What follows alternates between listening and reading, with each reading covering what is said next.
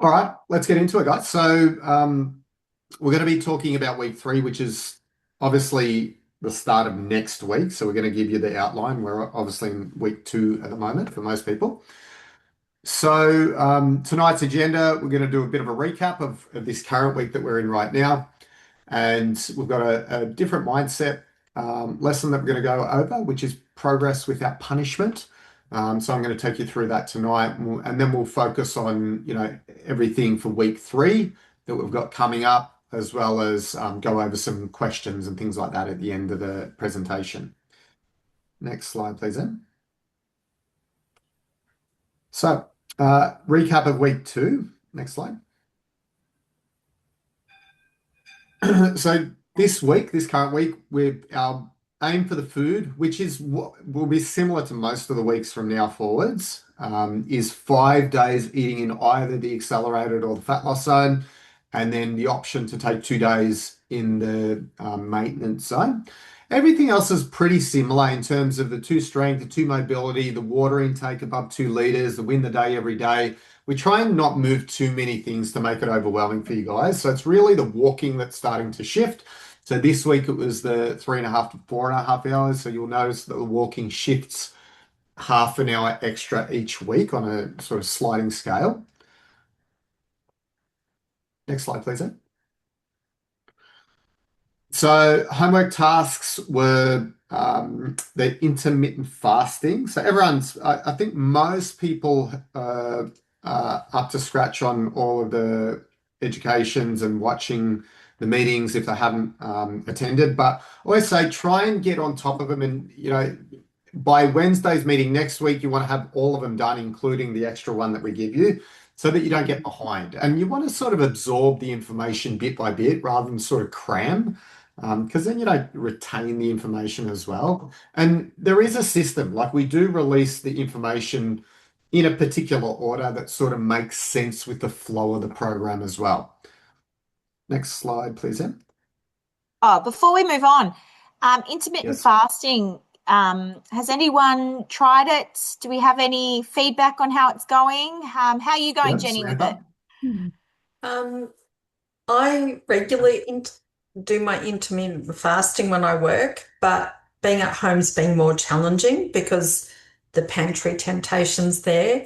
Yes. But I've been trying to skip my lunch, so I have a late big Rob size breakfast, and then I try and have an early dinner. But yeah, I find it actually drinking lots of water, my hunger doesn't come as quickly as when you have 3 big meals a day. I find I'm always hungry. But yeah, so far so good.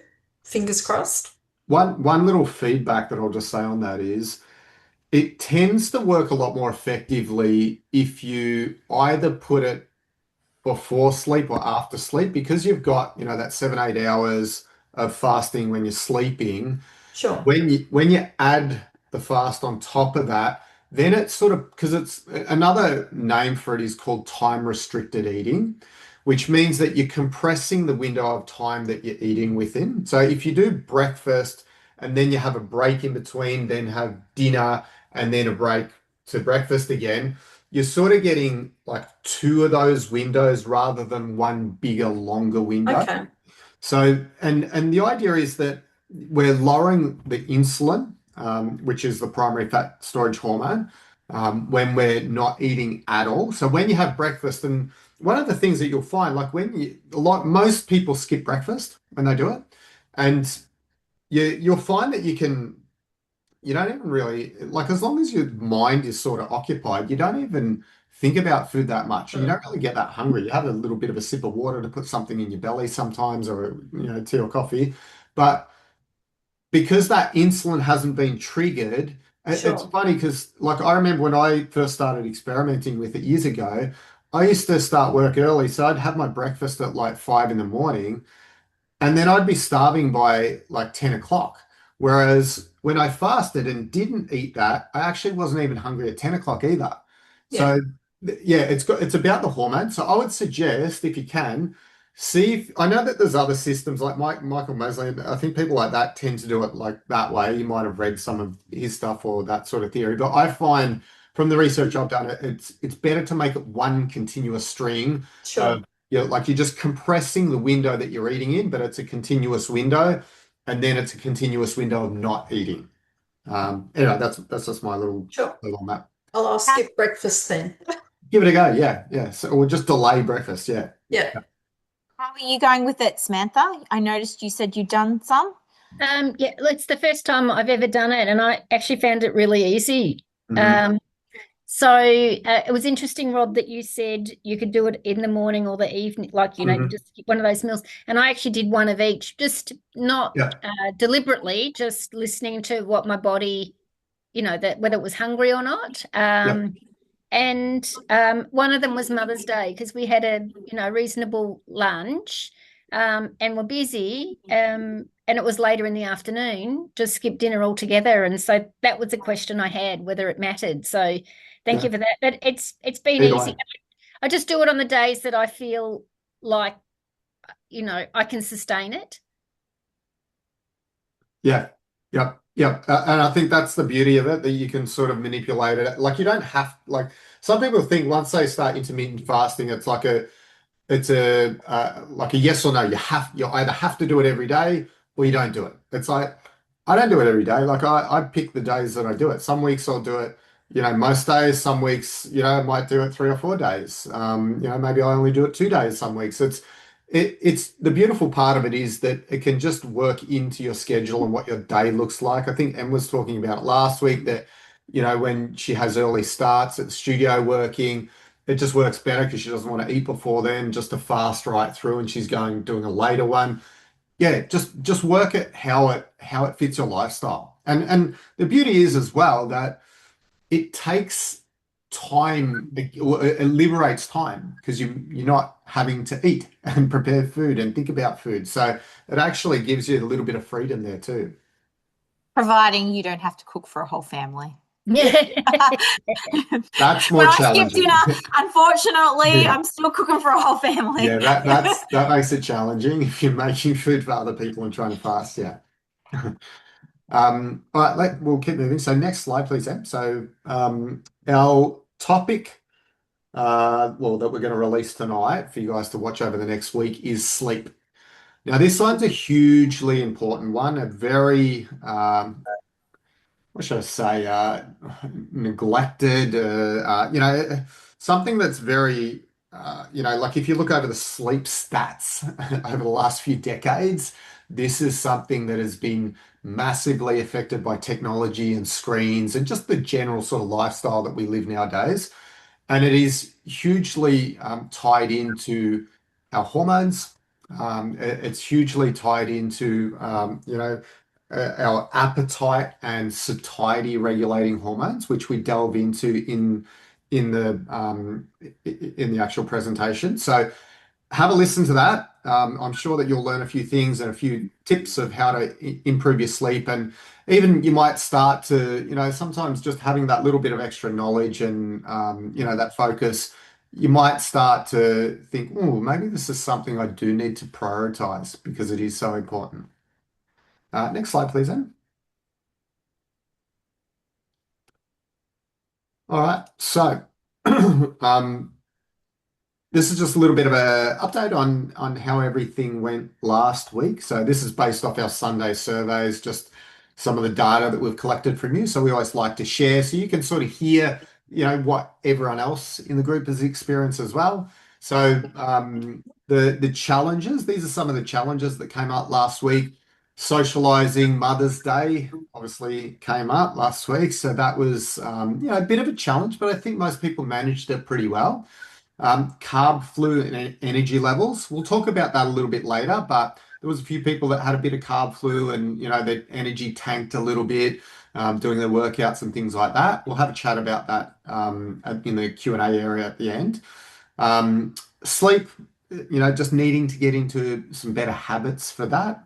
Obviously, that ties in perfectly with our education for this week. Work challenges and demands, and just maintaining the plan of the program, which I think was navigated really well. So that's still a positive.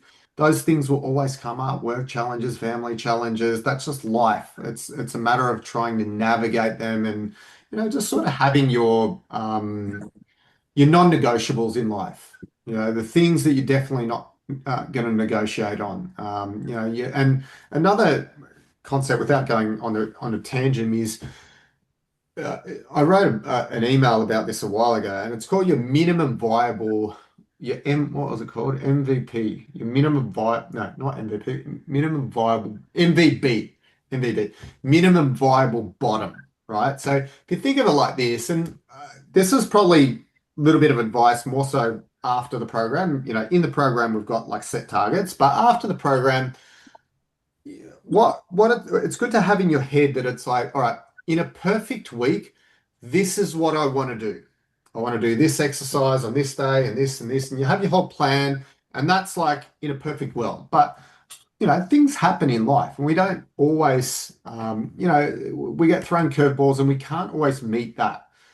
So sometimes what can happen in some people is if they can't meet it, say Monday hits, Tuesday hits, and they've missed already, they write the week off, and then they're like, oh, I'll start again next week.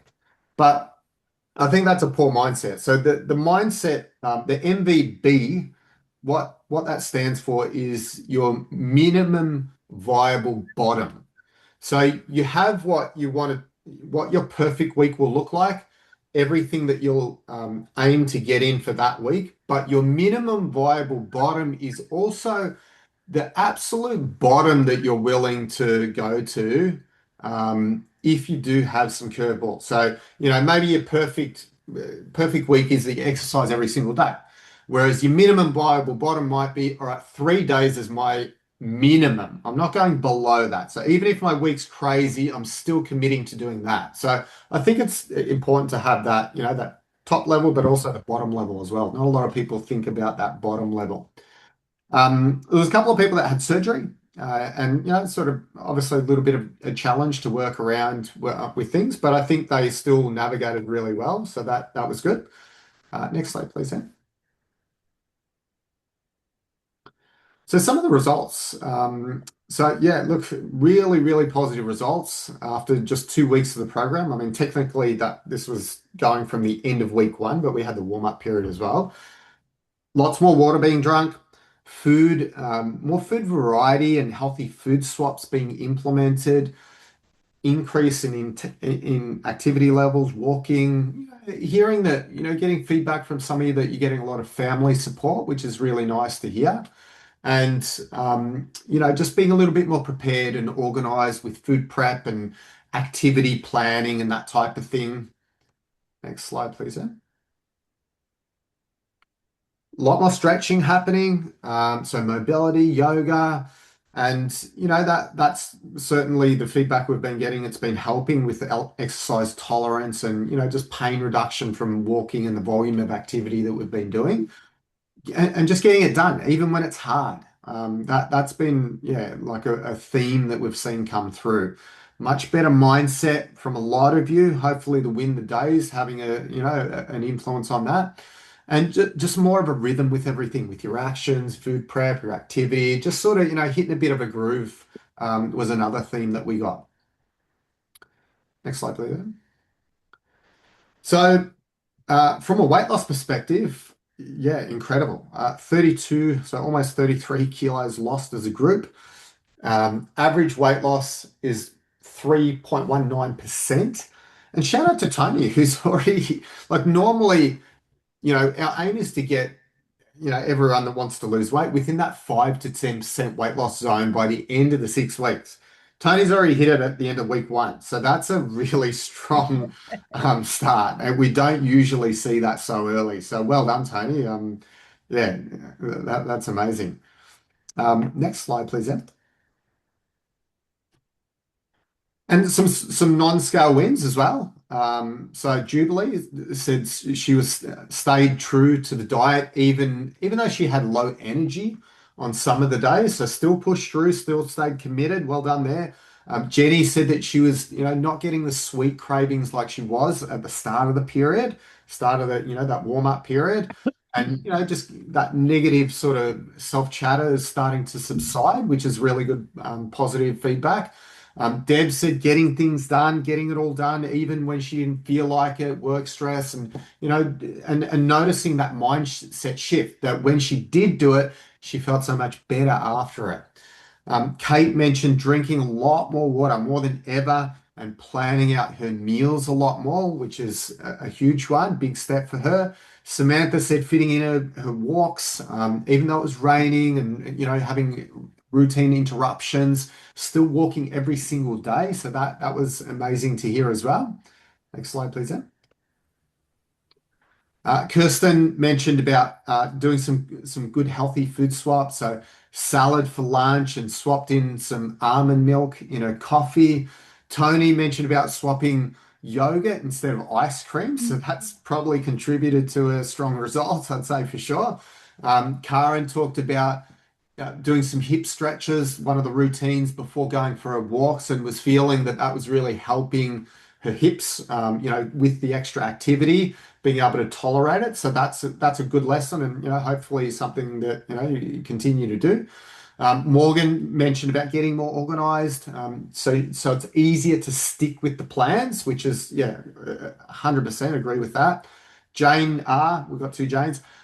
She talked about increasing her food intake, water intake, and trying some different things. Jane was a little bit. She's very picky with her food. She's told me this, but she's been stepping outside of her comfort zone and trying some new things, adding some different protein sources in. So that's a really positive thing. We often see that a lot from participants that are a little bit, bit pickier and don't have as broad a variety with their foods, that going into a program like this, they try different things and actually find that they do like different things. Nisha said doing a big 2-hour walk, which was massive for her, and more food prep, getting organized as well. Helena doing a big walk to get to her target, and she's still doing her cold showers, and she lives in Canberra, so that's pretty commendable. Cold showers in Canberra at this time of year. For the dopamine hit, we talked about that book last week, The Dose Effect. And that's it talks about different hormones in the book, and dopamine's one of the ones, from cold showers triggers that. And there was one more. Oh, don't worry about me. Sorry, Jane. Jane, Sorry. we don't want to miss Jane. And especially not my drinking. You got to talk about that. Yes, Yeah, more yes, we've got to alcohol-free highlight days. that. More alcohol-free days. So that's a big win for Jane. And hitting the walking targets as well. So really good there. So same, because obviously she's walking with Helena, so another, doing that big walk to get the targets there. All right, so moving into our mindset topic for tonight. So tonight we're gonna be talking about the difference between healthy pressure and harmful pressure. I'm sure that most of us understand that change, it does take effort. We need to challenge ourselves, and we need to hold ourselves accountable so we follow through on the promises we make to ourselves. But there's a big difference between holding yourself accountable and beating yourself down. And when we get that wrong, it often has the opposite effect on our progress. Next slide, please.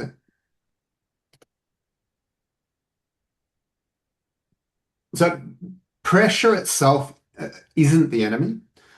A bit of healthy pressure can be really useful. It can help us get moving, make better choices, and not keep putting ourselves last. The issue is when that pressure becomes harsh or perfectionistic or shame-driven. That's when it stops helping us and starts pulling us in that opposite direction. So think of it like this. Healthy pressure, it fuels our motivation. It challenges us to step outside of our comfort zone, and it pushes us to be the best version of ourselves. Whereas harmful pressure, it tends to drain and deflate us. It undermines our progress. and it just holds us back. Next slide, please, Em. So just think quietly for a moment. When was a recent time you were a bit too hard on yourself? Maybe you missed a workout. Maybe you didn't stick to your healthy eating plans. Maybe you had low energy day and didn't get much done, or felt like you should be further ahead than where you're at right now. And just take a moment to notice what your inner voice sounded like in that exact moment. Was it a bit judgy, maybe critical, a bit overly harsh? And did that help you move forwards, or did it more shut you down? Did you feel more motivated to do better, or did you feel more discouraged and perhaps a bit disheartened? And did it pump up your tires, or just suck all the air out of them? And what mental and emotional state did that put you in? So we'll just take a few moments right now, and if anyone wants to share verbally or maybe type in the comments, and it's always nice to sort of bounce things off each other to hear what other people are doing. And is there anyone that wants to share or maybe type something in the comments?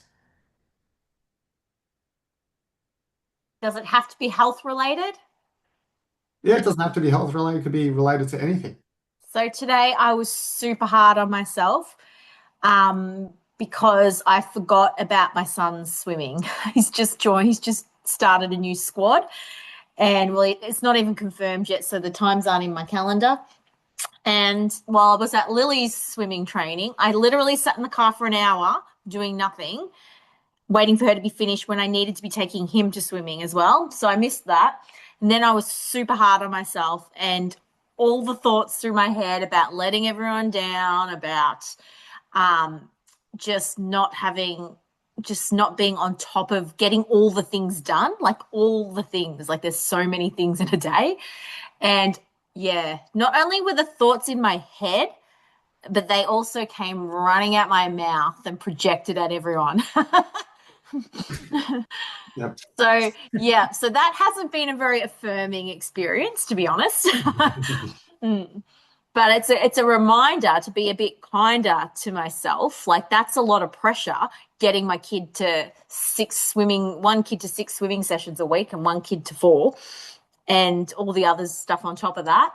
But it's a bit of a reminder to take stock and just remember that I am doing my best, even if it's not perfect, because I guess perfection isn't the goal. We just have to do our best. And what can I learn from it?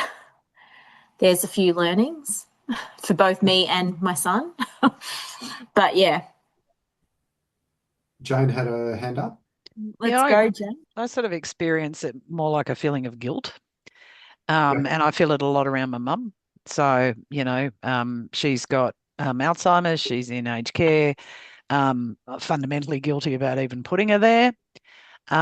She's in a really great place. It's definitely better for her than any of the other alternatives, including living with us, for her.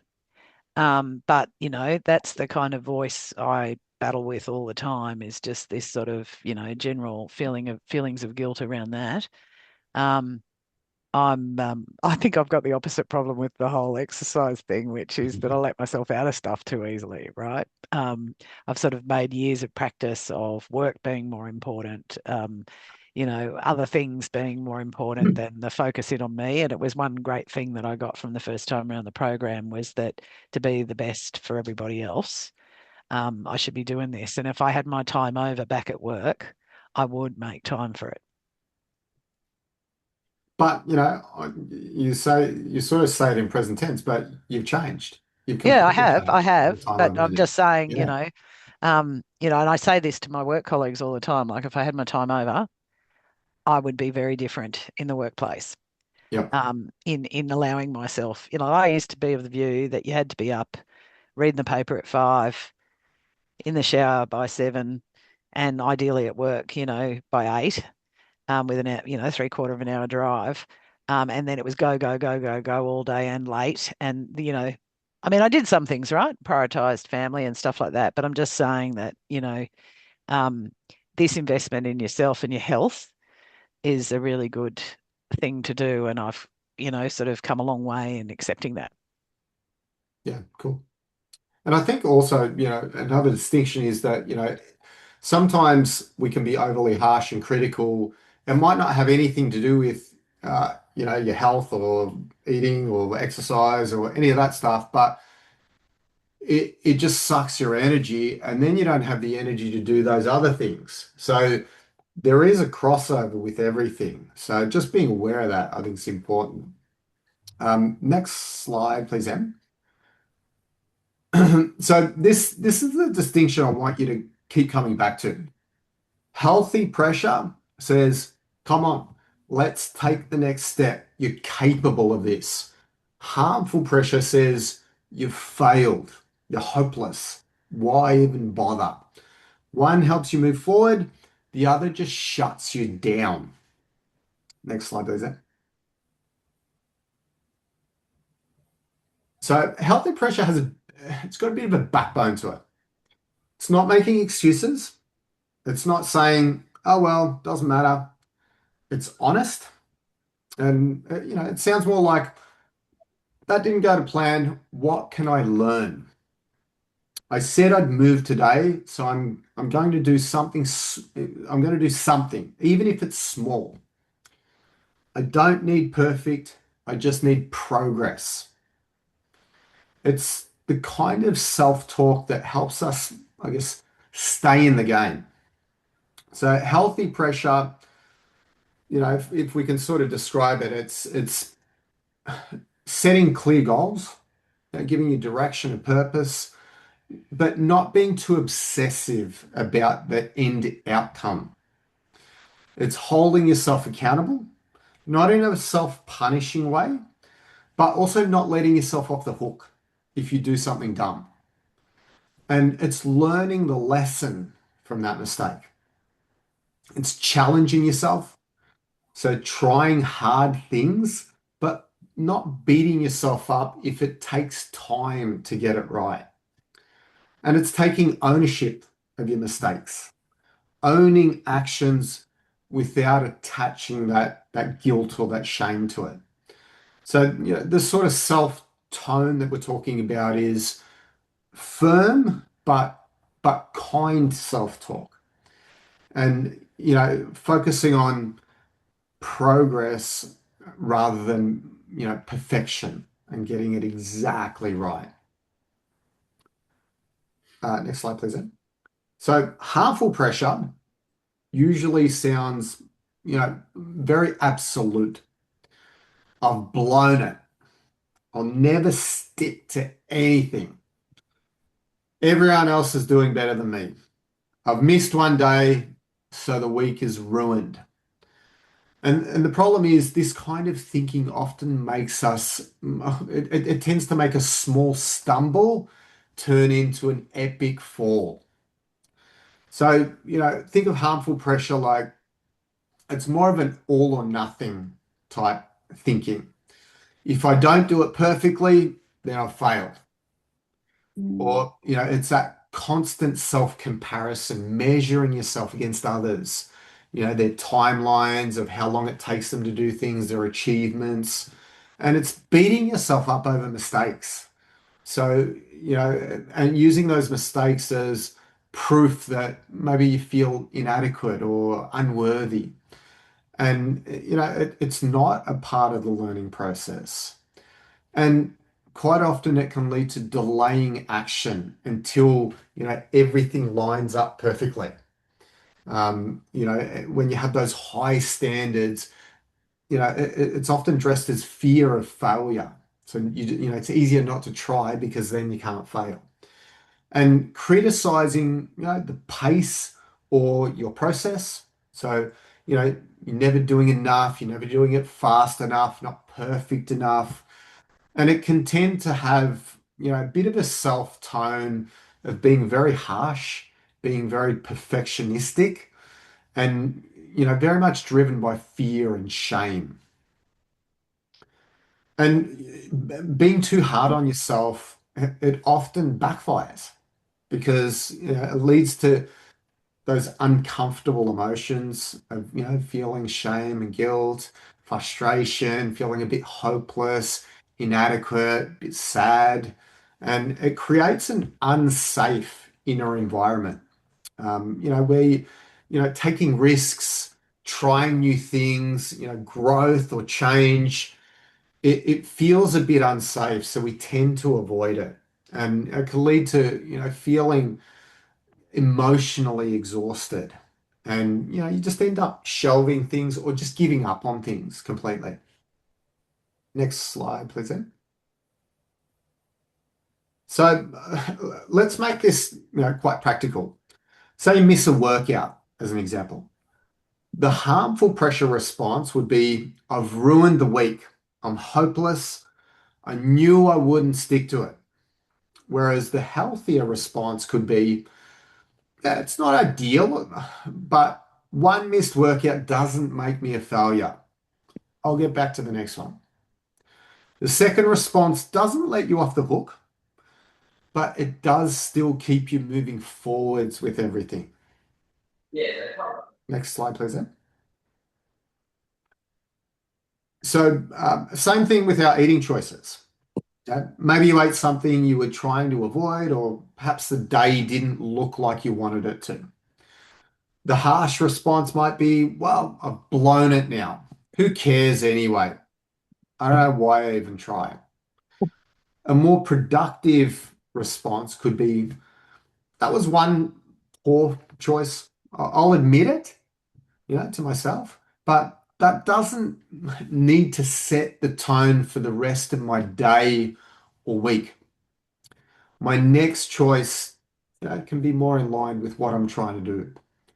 And that's what progress looks like in real life. It's not perfection, but immediate course correction once you veer off track and recognize that. Next slide, please, Em. So when we're constantly hard on ourselves, it tends to just wear us down. It drains our energy, it chips away at our confidence, and it just kills our momentum and our motivation. It really just makes us feel like change is, quite heavy and just unpleasant. And when something feels heavy and unpleasant, we naturally start to avoid it. That's why shame isn't a great long-term motivator. It might give you a short-term reactive burst, but it really helps us stay consistent over the longer term. So I want everyone just to spend the next couple of minutes and just have a little think about it. You can share if you like, or maybe just, write it down if you got you win the day, the notes section at the back, or a notepad and pen. What's one thing I'm currently being too harsh with myself about? Something that, is bringing my energy down, putting me in a negative mental and emotional state. And also think, if a friend or someone close to me felt that way and shared that with me, how would you advise them to reframe it? So I'll give you guys a couple of minutes just to reflect and have a little bit of a think about that before we move on. And if anyone wants to share, you're more than welcome to. If not, just use it as a little bit of self-reflection.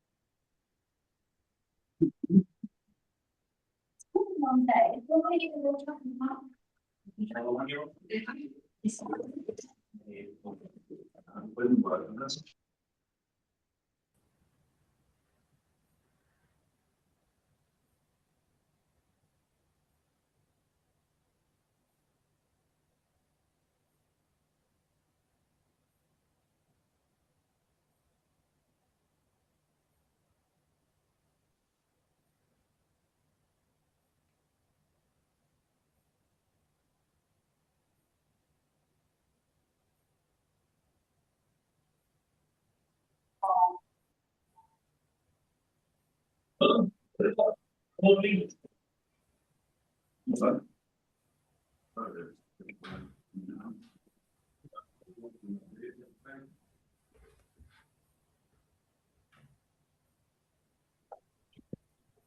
we going? Do we want any more time, or does anyone want to share?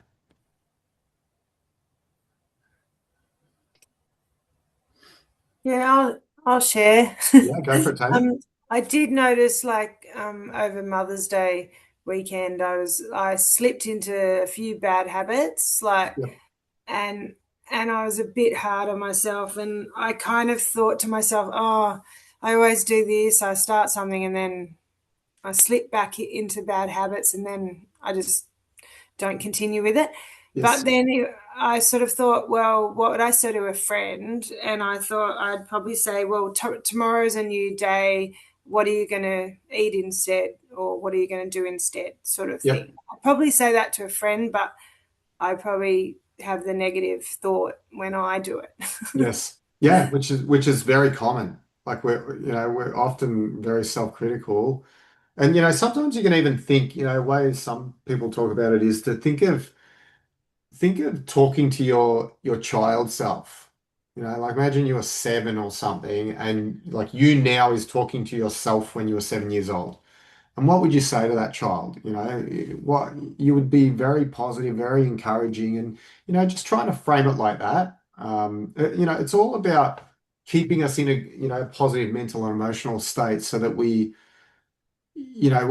when you start to get critical, then you get down and it sort of feeds into this negative cycle that just sucks you down and yeah, it breaks your confidence, like you said. You're like, oh, let's do this, never stick to it. Whereas when we can make it more constructive and I guess a little bit more reality based rather than emotional based, yeah, it can, you just sort of, when you separate yourself and you're telling the advice to a friend, you don't feel that same emotion. You're just looking more from a logic perspective. So I think it's very helpful. Did anyone else want to share? Well, I actually wrote down, and it's along the same lines as what you just said then, Rob. Yep. I'm actually a very analytical brain, so I have a tendency Mhm. to blurt a fact. You didn't do that. But and this is why my negativity has started to subside, is I'm not suppressing my fact finding to be said out aloud. Mhm. But the difference and change I've adopted this week is understanding why I'm so disappointed and then going, okay, well, there we go. Put that behind you. It's not saying shove it out of the way and put it back in a little Pandora's box or anything.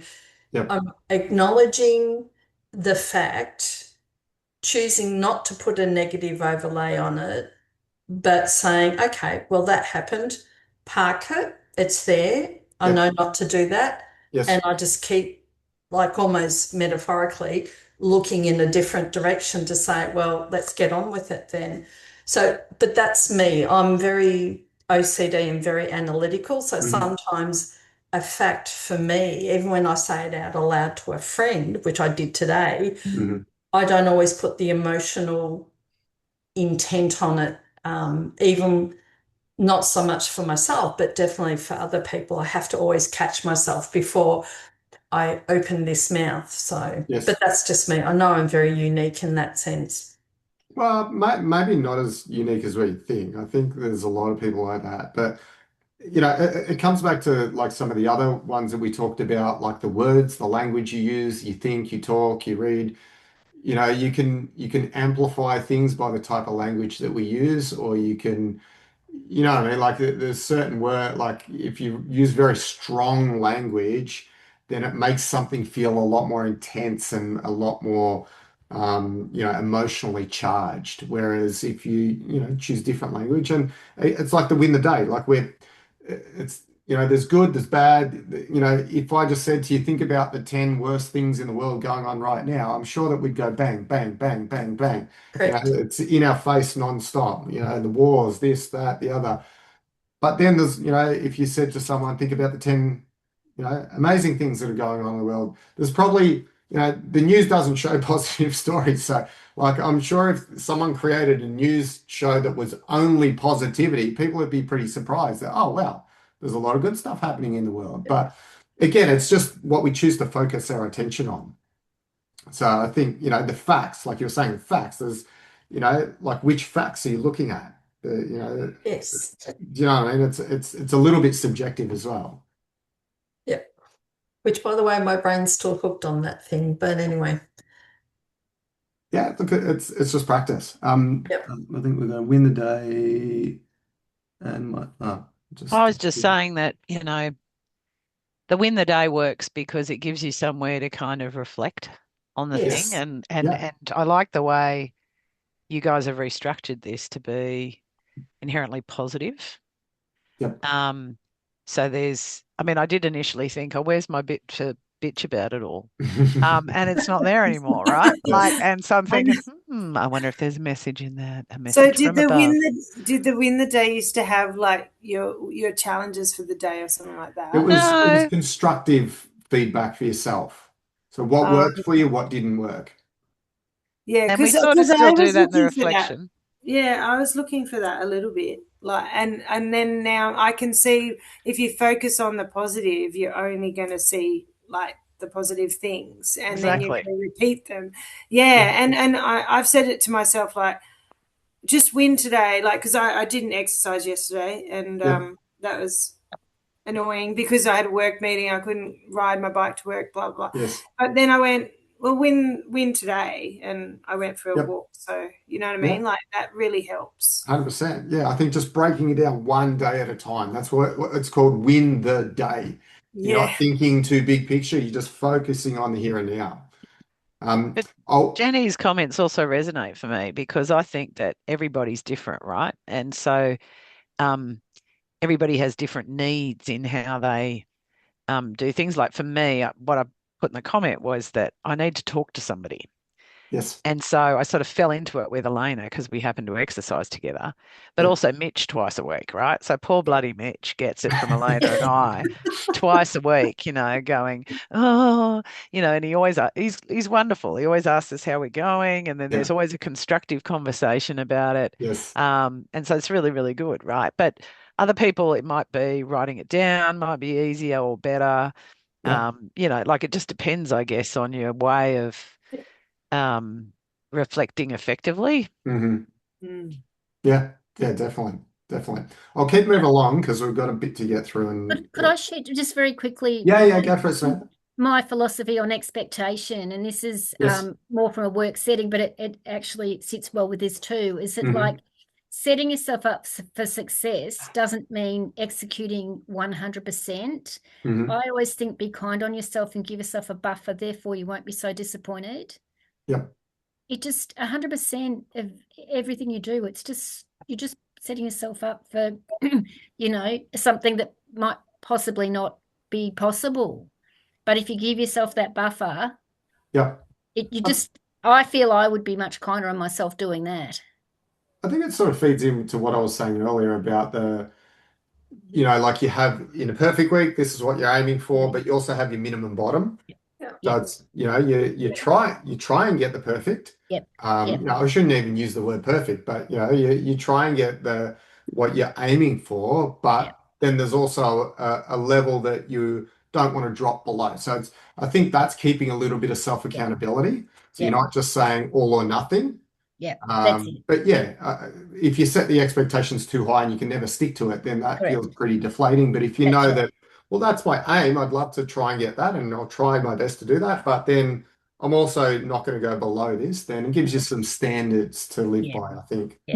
I tend to think about it like backup options almost. Like it's similar to what you're saying, Rob. It's just sort of reframed a bit differently. Like, because I'm the kind of person that has a tendency to go all in on things like exercise and give 100% and 100% and 100% even when I shouldn't be, which then leads to negative effects like injuries and just getting a bit run down and things like that. So for me, it's about creating that, all right, if I'm not going to exercise today, like I'm not going to get my strength workout in because I'm just feeling niggly and I know my body needs rest, what is the thing I'm doing instead that enables me to kind of tick the box in my mind? Because really that's all I'm trying to do is tick a box in my mind. Like, and is it just a bit of a stretch session instead? Do you know what I mean? Or is it just what can I do that's gentle that replaces that enables me to tick that box? And with eating, it's the same. Like if I can't go all in on a low carb approach for whatever reason, I'm out and about, what's my next backup? Okay, it's a whole foods approach. As long as I'm taking a whole foods approach and I'm sticking to all, I'm not eating anything processed, well then that enables me to tick the box because maybe I'm not quite perfect where I want to be, but I'm still kind of in my brain, I can sort of, you know what I mean? Allow myself that little bit of kindness whilst still ticking imaginary boxes that affect no one other than me. Did you want to share something, Jane? Yeah, I was just going to say, I put the comment, continuous improvement works for me. And this program supports that. So, the feedback you give us every week and all of that, I just find it so, I'm not going to be perfect, but I am going to improve. For sure. Yeah. Yeah, cool. Well, I'll keep going. I've almost finished the presentation. So, this is the shift that I'd love you to think about. So speaking to yourself more like a good coach or, perhaps a wise mentor would. So a good coach doesn't ignore the facts. They don't say everything's fine when it isn't, but they also don't humiliate you. They help you learn, they help you reset and keep you moving forwards. And that's the tone that we want internally. Want it to be firm and honest, but also encouraging. It's being willing to stretch and challenge yourself without being unrealistic, what we just spoke about. It's about being honest with yourself without slipping into that harsh judgment. And if you didn't succeed in achieving everything you'd planned, that doesn't mean you failed. It simply means learn from it, adjust the plan, and keep moving forwards. And because progress doesn't come from beating yourself up. You never beat yourself up into better progress.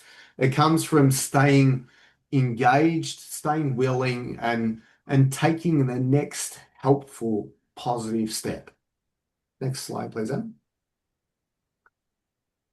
So I'd love to spend a couple of minutes just reflecting on this.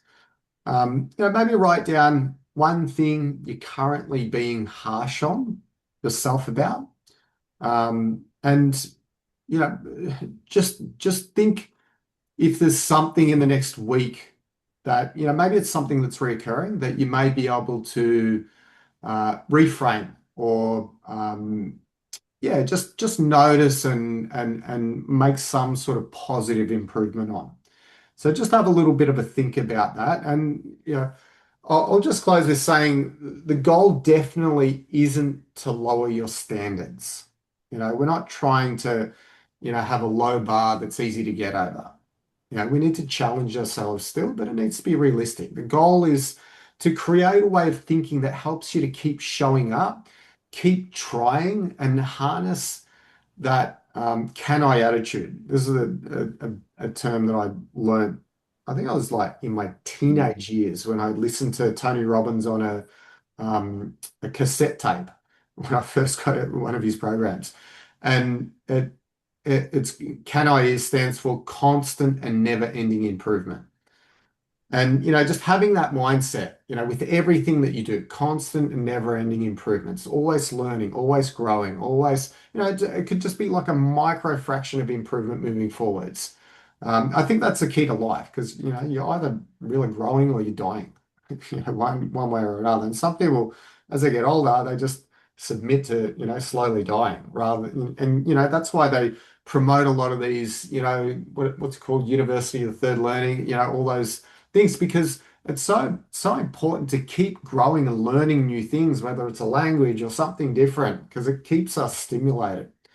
And last slide, please, Em, for this. This is a quote. I'm presuming none of you know who this guy is, but John Kavanagh, if you've ever heard of the name Conor McGregor, who's a mixed martial arts fighter. John Kavanagh was his trainer, and he famously says that you either win or you learn. And he's talking about, competing in competition. And I really think that, it's such a great quote. And, when something goes well, that's fantastic, and definitely take the win. But when it doesn't, there's still value there, because you can learn, you can adjust and move forward with more awareness. And often, like in the fighting world, and this applies to everything in life, really. When you don't win, when you lose, that's when the biggest lesson is learned. When you win, you don't really self-reflect as much. You're like, oh, amazing, it's so good. But when you lose, that's when you actually have to, look a little bit deeper, and sometimes it's a little bit painful, but it allows us to learn those lessons, and you remember those painful lessons too. So, I'll leave it with that. Do you want to go through the next Yes. section, Em? And I'll finish on the try Q&A. and go through this next section quite quickly. There's not a lot different for week 3 versus week 2, so I feel like I can go through it quite fast. So this week going into next week, so week 3, it's all about just gaining momentum. So we should have the basics down pat at the end of week 2. Week 3 is just about building. We also want to start really focusing on sleep. That's really important. We mentioned it briefly before. This is coming through the Sunday surveys as well. Some of you want to have a bit more of a focus on sleep. So I do encourage you to get onto that video as soon as possible so you can start implementing some of the tips or some of the suggestions into your own life and into your own sort of sleep routines and whatnot. In terms of exercise next week, it's exactly the same other than the walking. The walking does increase to 4 to 5 hours next week. So that's half an hour more than this week. So keep that in mind. Once again, we want 60 minutes on a bush trail, or minimum of 60 minutes on a bush trail, and at least one longer walk for 1 hour plus. Now, those bush trails are particularly important for the people who are going to the in-person retreat in Byron. So don't skip them especially if you are going to the in-person retreat. 2 strength sessions, 2 mobility sessions, just like this week. All round, we've seen a big increase in overall activity levels. So a big shout out to everyone for that. And we are doing more mobility already this week. So that's good to see. Most of you are ticking off those 2 mobility sessions a week. That's coming through quite strongly in the Sunday surveys. Something to remember is if you do yoga with Rob on Wednesdays, that does count as one of your mobility sessions for the week. So if you were to do yoga with Rob, you only have to do 1 more mobility as a minimum, but you can do as many as you like. Some people are doing 5 or 6 mobility a week just because it makes their bodies feel so good. In terms of food, nothing changes. Same as this week, we want to be eating 5 days in either the fat loss zone or the accelerated fat loss zone. I encourage you to play around with your split of how much you're doing in each zone, and no more than 2 days eating in the maintenance zone. So same as this week, but just continue to play around with the zones and what works for your body, because that's what we're doing here. We're learning what suits us. And, so when we come out of this program, we know where we want to kind of continue with. So keep experimenting within the zones. Keep hydrating. Most of you are 2 litres plus at this point a day. If you're still not quite hitting 2 litres per day, make sure you keep working on that. You want to be hitting that sort of minimum of 2 litres a day. Other than that, we've talked about that every week. Also had a significant decrease in alcohol consumption So big shout out for that. And for those of you who are still decreasing, keep working on that next week. We want to try and get as much alcohol out of our diet as possible, because that really will accelerate things in terms of how you're feeling, your energy, your vitality. It affects your sleep. You know, it helps so many benefits for drinking less outside of just weight loss. Like, and obviously if you have a weight loss goal, it's really important to decrease your alcohol consumption. But even if your goals are around energy and vitality and just feeling good, it's a really good thing to consider. Weighing in, just like this week, everybody needs to weigh in on Sunday morning and enter it into Trainerize. And Sunday evening surveys. Most of you did it Sunday evening. That's awesome. Keep up to date with the Sunday surveys, because they really do give us a lot of insight into how your week has gone, and it helps us prioritize anybody who needs a phone call. Like, if you know, it just sort of helps us know where you're at, if we need to contact you and just check in, or if just a little email is enough, just to make sure. And it gives us just a vibe for how the whole group is going as well. So that you guys have been really good on that. So that's awesome. Other than that, that's just a 1-page recap for anybody who needs it. Walking 4 to 5 hours next week. So don't forget that. Other than that, we've just gone over all this. And don't forget about the win the day. Most of you are doing a really good job on that. So homework task, watch the sleep video, weigh in on Sunday, do your Sunday survey, complete all the walking and exercise requirements that are on that week 3 focus sheet, and completing all the win the day every day. Other than that, we had some questions come through the Sunday surveys, which I think we might spend 10 minutes addressing, or because I think that's really important. So I might hand them over to Rob. You can answer these questions if you like, or did you want me to tackle some? Yeah, I'll go through it. That's right. So first question we had was, can you have too much fat in low carb eating?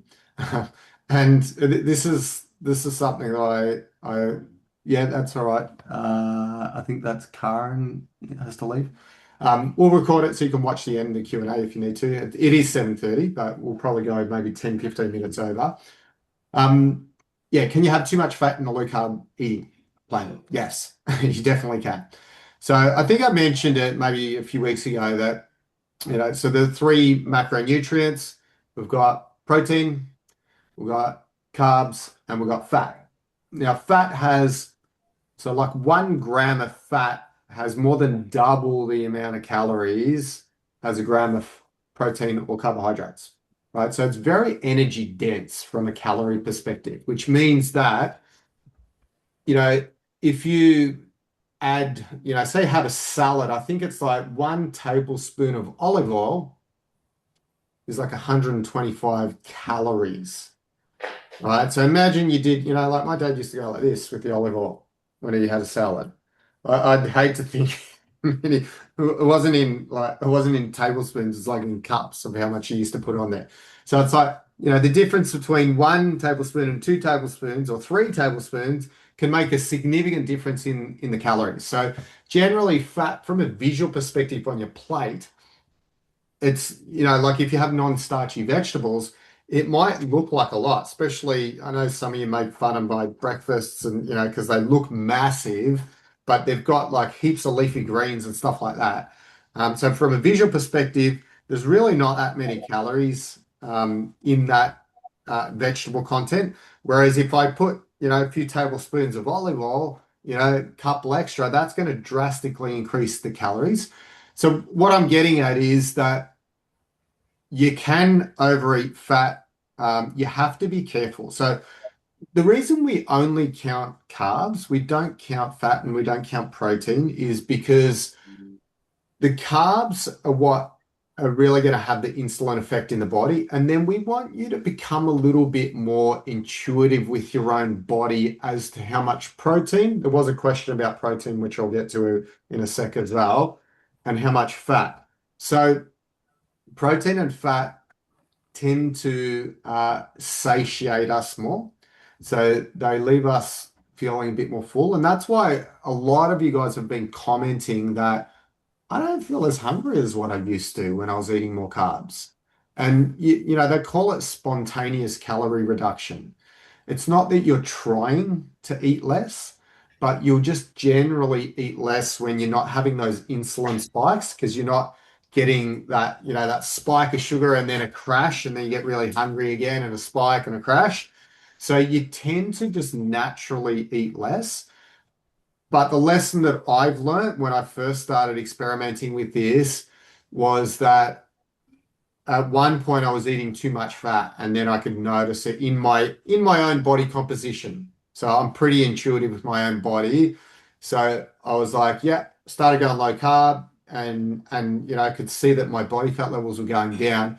And then I was just like, oh, well, all this time I've been told that, you know, don't eat fat, don't eat fat. I know that, you know, all you guys grew up, you know, or were alive during I think it was the 80s and the 90s, where it was like fat was the enemy. That was you know, it was a dirty word, and we just avoid it. I was guilty of it. Like you would not have found someone that ate a lower fat diet than me. Like I used to cut every little bit of white off the chicken, everything. Like this is when I was a teenager.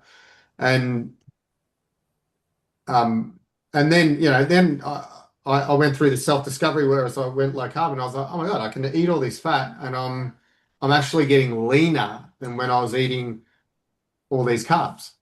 But then I went overboard and ate too much fat, and then I could notice it in my body composition. So anyway, long story short is, yes, you can overeat fat. Try and be a little bit intuitive with your own body and start to recognize how your energy levels feel, what symptoms you notice in your body. I know I start to feel a little bit nauseous if I eat too much fat. Like sometimes on Christmas we have pork belly, which is very high in fat. If I have too much of that, I can really notice that I start to feel a little bit nauseous. So anyway, you'll notice different symptoms in your body. So just start to listen to your body. Think about your energy levels, how long you feel satiated for before you get hungry again. You know, they're all little indicators that will give you a biological feedback in your own body as to whether you're having too much fat or not enough. But short answer is yes, you can definitely eat too much fat. Cool. Thank you.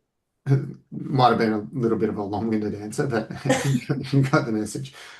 We answered the next one, which was, can yoga count as a mobility? And we already mentioned that, but that's a yes.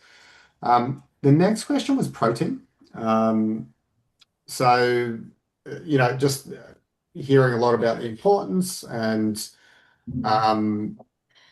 like to understand, you know, some of the benefits. So I guess protein, you know, like if you think of it like this, fat and carbs are sort of like the fuel sources. They do serve other purposes as well, especially fat that lines the cell membranes and, you know, affects lots of different things. But protein is more of a structural building block if you think of it in those terms. So there's a number of factors that will dictate whether you need higher protein intake, and we all tick a few of those boxes, which is the older you get, they call it, you know, we all know like osteoporosis, osteopenia, where you lose bone density, but there's also sarcopenia, which is where you start to lose muscle mass over years as you get older, you know, particularly accelerates after 40 or 50. So it's important to keep adequate protein so that we can still maintain and build, because the other box that we all apply to is the weight training, because we're doing strength training. We have higher protein requirements for that. So we definitely want to make sure we're getting good quality and adequate levels of protein. So animal source proteins are very different to plant source proteins. There's different amino acids that are in, you know, in amino, like carbs break down into sugar, protein breaks down into amino acids. So having, you know, different animal sources, and you know, you got to look at what you eat, you know, if it's an animal, what you're eating, what is it eating? So in other words, like if you're eating, you know, when you go to a restaurant and they'll be like, oh, it's grain-fed, marbled, Scotch fillet, which is really high in fat. Well, the reason is that cows aren't meant to eat grains. That's not their natural diet. So it fattens them and they store more fat. And a cow that eats grains compared to eating grass has different types of fat. There's more omega-3 fats in grass-fed beef. And, so you want to look at, the quality of the protein that you're sourcing. So getting good, healthy animals, like good pasture-raised organic eggs, good grass-fed meats and things like that, pasture-raised, chicken, things like that. It does make a difference. If it's pumped full of hormones and things like that, its protein quality is going to be affected by that. So that's another thing I would definitely say. Look at the quality of your food that you're buying, and that applies to all food, really. But yes, you definitely need a good, adequate source of that. Look, the general theory is it's like your palm size per meal, give or take, but for me, that's not going to cut it. Like I haven't got small hands, but it's like that is not enough protein for me. I just know intuitively in my body that I need more than that. So you've got to, again, like I said, we count the carbs, but the protein and fat, we want you to learn it a little bit more intuitively in your own body. So start to notice. Protein is even more satiating than fat. So it will keep you full for longer. So it helps with cravings. It helps, to stop snacking and things like that. So if you're finding yourself after your meal that you're getting really hungry quickly, then maybe you need to look at, did I have an adequate source of protein? Even the timing of your protein is important. Getting some good protein in the morning when you first wake up, or, when you first have your first meal, I should say, whether that's a delayed, if you're intermittent fasting, after training, so after you're doing some sort of physical exertion, whether it's strength training or any sort of, intensity work, you definitely want to be feeding your body with the building blocks so it can repair that tissue that you've been, putting little micro tears in and breaking down deliberately with your exercise. I think that covers it. Next question. How to overcome feeling bad when you let yourself down by not reaching your set goals and get out of the rhythm. So I think we sort of covered this tonight, and even in our, just sort of general discussion, it's, it's all about not being too harsh on yourself. It's all about, as soon as you veer off a little bit, you have a bit of a stumble, once you start putting some emotional intensity behind that, getting down on yourself, being overly critical, and it makes you feel crap about yourself, then you're not going to be in a good mental and emotional state, and then you're probably going to go into a cycle of doing more stuff that's not positive for yourself. Whereas if we can, still be honest, still be, truthful with ourselves, not needing to necessarily sugarcoat it, but also just being constructive and being like, all right, well, yeah, I made a mistake there. How am I going to course correct? This is the path that makes me feel good. There was a few of you said that in the Sunday surveys. Yeah, had some things going on. Did the thing that I wanted to do in terms of exercise and eating well, and I felt so much better, and it put me in a better mind frame. So just remembering that every time that happens, that it makes you feel better.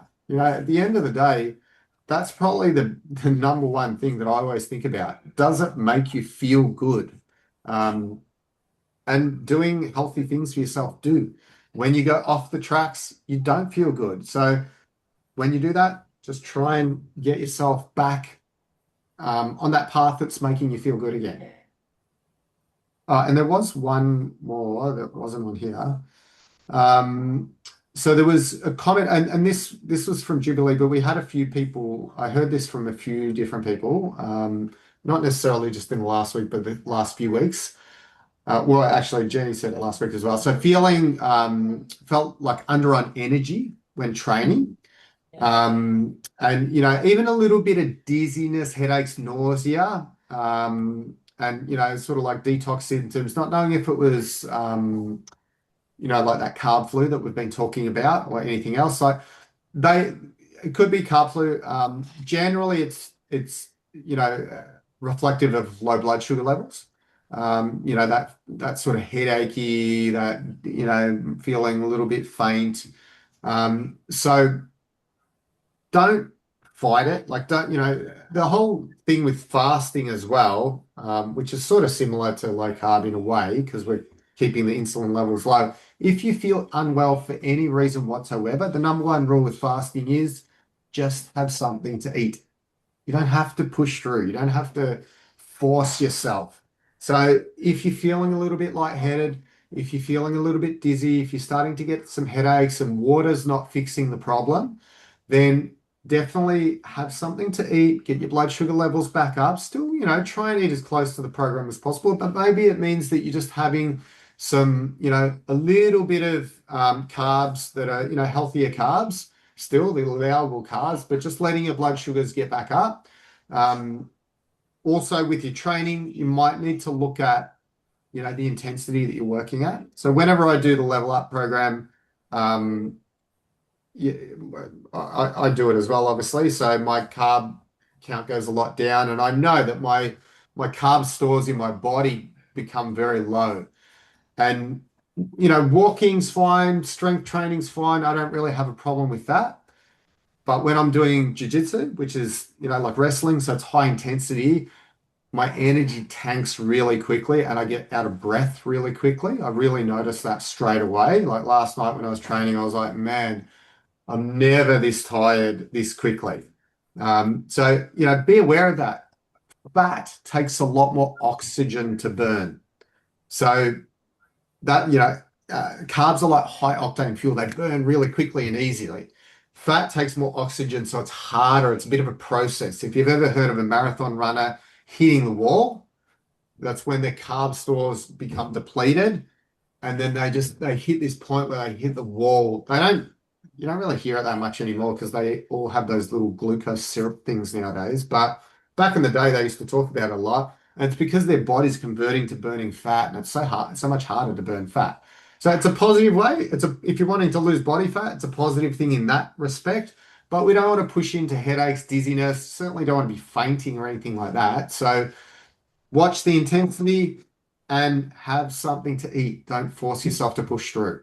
But still try and stick to the program as best you can. But you might need to just up the carbs a little bit on that day. And I would say if you're going to up the carbs a little bit on that day to make yourself feel a bit better, still stick to the foods on the food list. Like, a banana or an apple is going to be infinitely better than eating some pasta or some bread. Do you know what I mean? So just pay attention to that as well. I think that sums it up. Did anyone have any other questions? I have a quick one. Has anyone been able to open Hayley's PDF for this coming Friday night's cooking demo, the Bold Burger PDF? In the Train Vibes group chat? Yeah, I haven't been able to open it. And then I went out to the resource hub and I couldn't get it to open there either. Oh, okay. Let me just quickly try it now, see if it opens from I don't know if she posted it from my name or from her name.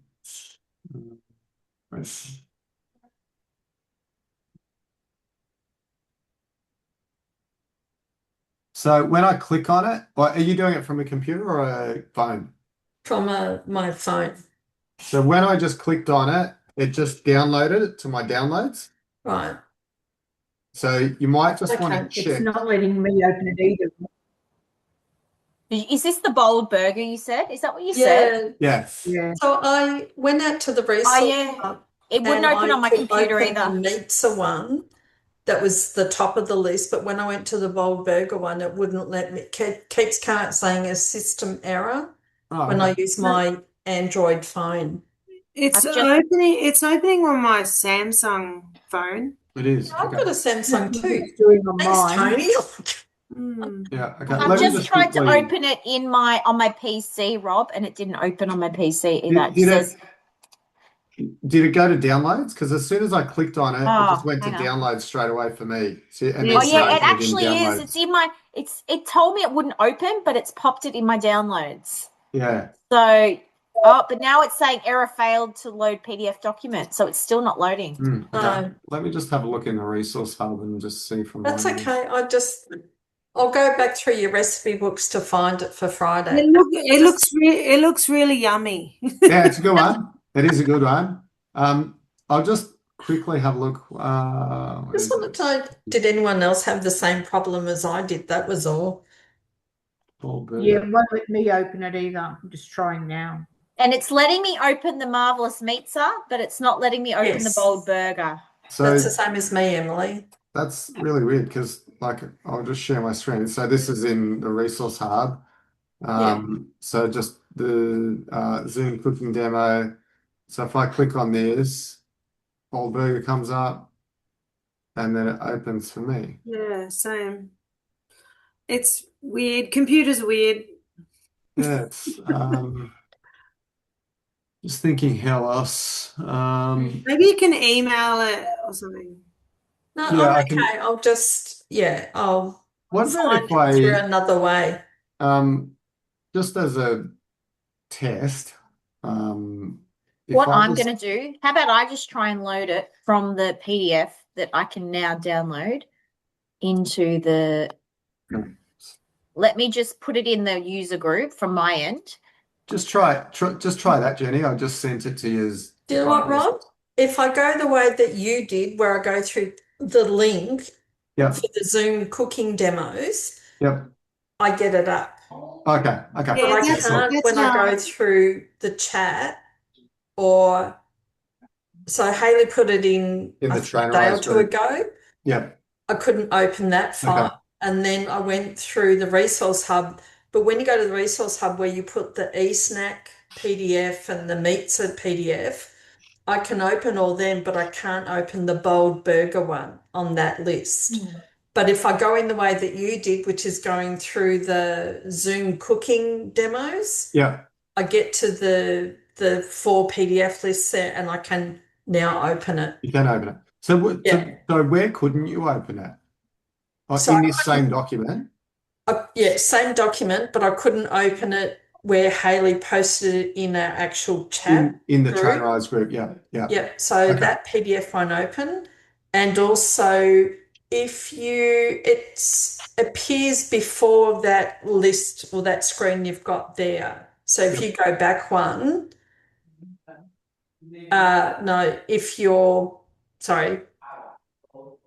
there's a screen I get before that one that shows you Like an index separate type thing. items that you've posted outside Right. that hub, Okay. if that makes sense. Right. Yeah. So Anyway, it doesn't matter. I've now got it for Friday. if because I anyone wanted to needs do it, cooking. so just everything is in the resource hub. Yeah. So yeah, just click on Zoom cooking demos, and then you can just click on it. And I think no one's had it's working for everyone through here, isn't it? Yeah. Yes. There's no one that's Yeah, not yeah. working for it? Yeah. Okay. Yeah. Cool. So you'll be able to find it there. Excellent. Thank you, Oh, everyone. and yeah, so on that note, reminder, anyone that can make it, 6 p.m. this Friday night, and we'll be doing the Bold Burger. All right, well, thank you. Thanks, everyone. Thanks for coming. Thanks, and, Rob and Emily. Thank you. Hopefully we'll see some of you on Friday night. If not, we'll see you guys next week, same time. No worries. Have a great week, everyone. All right, Thank thanks, you. guys. Bye. Bye. Bye. You. See you.